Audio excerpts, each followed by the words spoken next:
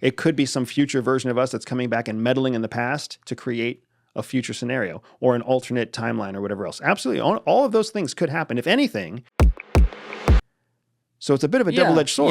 Yes. I agree. Why would, I mean, if you were just, every time we fly in a plane, we do this. You fly over something. You fly over the flyover states. You look out your window. You see like rocks and desert. Not that interesting. But as soon as you fly over a city and you see the lights and you see the glow and you see the infrastructure of the roads, now it's more interesting. So you're flying over a wide patch of Earth and you're choosing what to focus on based off of something of interest in the landscape. Yeah, I've always, and I love playing devil's advocate on everything around this topic because it is so unknown and there are so many possibilities here. And one of the things I've always brought up is I'm like, first of all, we can't put ourselves in the shoes of a highly advanced intelligent civilization who knows shit that we don't. That's number one. But if we could at least accept the fact that they just know a lot more and then use our imagination to say, so they could probably time travel or crazy shit like that. I've always wondered how they wouldn't have simulated all these things to happen if they're true, like these different sightings. Here's what I mean by that. People are like, oh, well, if they're happening all over the place, why everyone's got an iPhone? How come we're not catching it up close or something like that? And I'm saying maybe when you see, for example, the Zimbabwe incident in 1994, where this was in the middle of, the brush out in Zimbabwe, specifically by an international school where there were a bunch of 6-year-old kids playing, and that's it. Maybe an intelligence advanced civilization would have simulated, we want this one to crash or land there or whatever so these 6-year-olds can see it and we can play, Sims with how that affects what they say to the rest of the world and how the world views the potential phenomenon as like a psychological experiment, if you will, as opposed to having the same craft land in the middle of fucking New York City where 7 million people see it all at once and are like, oh my God, they're here. You understand what I'm saying? Like, isn't it possible that if they're so powerful to have all these possibilities, they don't necessarily crash? It's more like it could be planned out as a simulation. I think it is. I think anything is possible. But one of the things that is also becoming increasingly clear to me in my Beyond Skinwalker investigation is that one of the major flaws that happens when we talk to experiencers, one of the major flaws that highlights to me that an experiencer is not as genuine is when they become hyper-focused on the fact that an alien life is interested in human life. Why do we think that an advanced civilization of aliens would give two shits about human beings? You're making the Neil deGrasse Tyson argument. Why? Why do we think that they would care about us? We're inferior because they're super advanced and civilized, right? We don't make up a large contingent of what the Earth is. What do you mean by that? Like human beings aren't as prevalent as, say, trees or water or oxygen or nitrogen. We're way smarter and way more interesting. Not to them. Why do we think we're interesting to them? What makes you think that you're more fucking interesting than a dolphin to an alien? Well, let me ask you this. Because we make cities?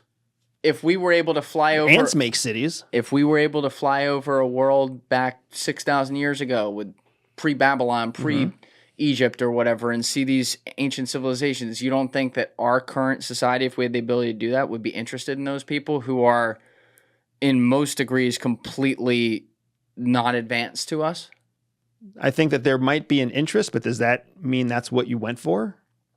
What do you mean? If we created time travel, this is a great mental experiment. Yeah. If we created time travel so that we today could go back in time to the past, if we spent the hundreds of trillions of dollars to invent that technology, do you think we would spend our time researching people?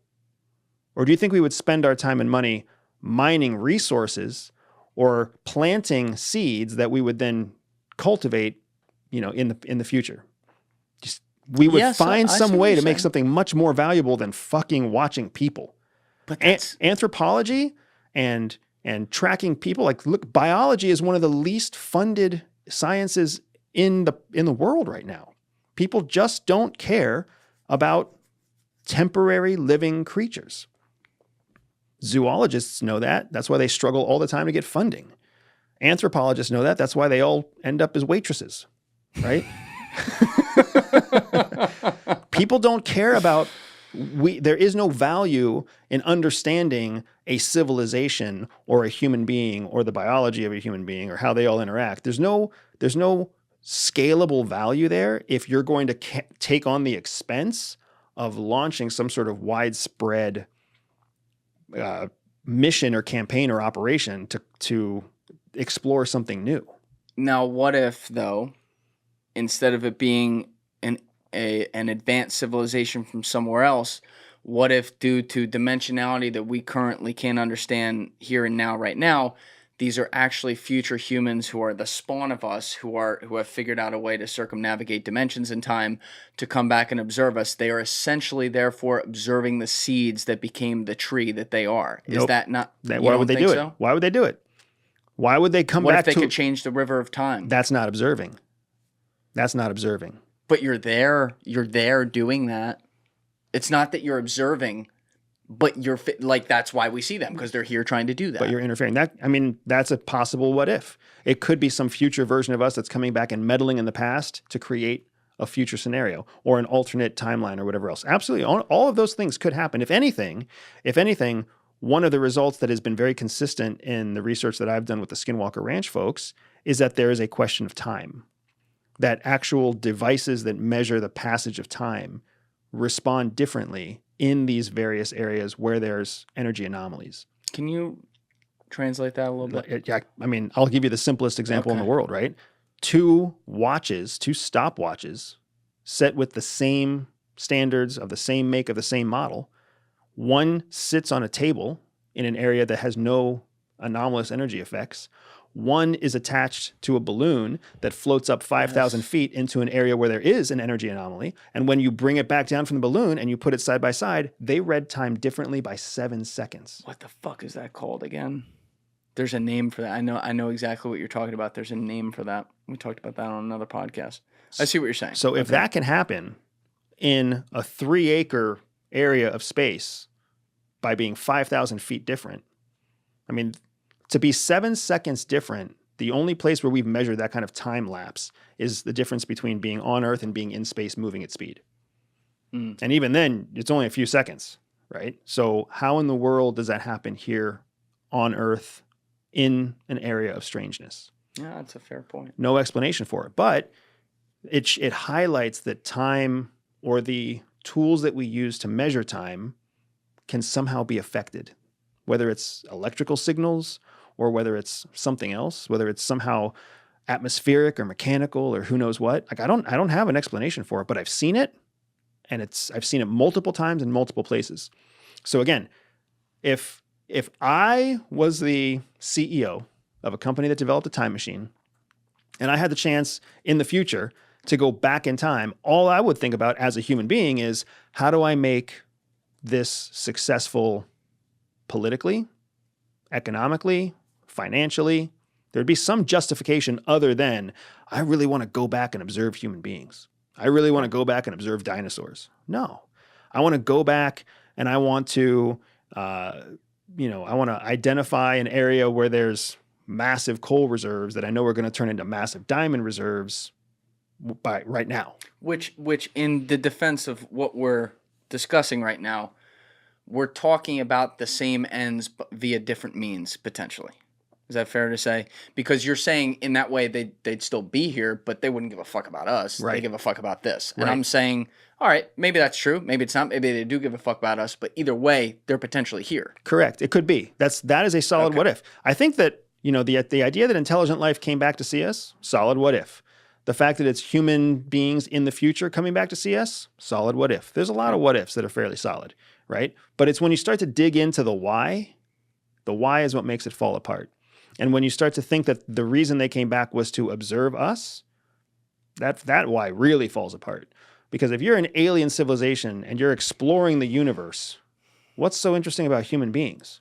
Not that much. What's interesting about the planet as a potential resource pool to allow you to continue to expand your expansion across the universe? Much more viable. Just think about how human beings go into look at farmland. We go to new ranches and new swaths of land, thinking about what we could build there, using it as a resource.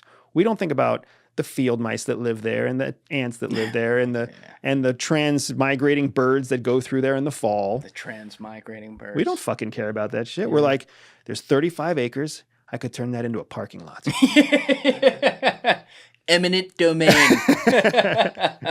No, look, and again, people don't want to hear some of the things that guys like you will say on this. And some of that's also just because of your job title, to be honest. But like, you gotta look at this with some logic, and even if I'm not buying some arguments, you have to realize this entire topic is quite literally a hashtag we don't know what we don't know. Yep. So you can't sit here and say, well, it's absolutely got to be this, or, well, they would absolutely think like this. We don't know that. Thank you for watching the video, guys. If you haven't already subscribed, please smash that subscribe button and check out this clip's full podcast episode by clicking here or in the description below.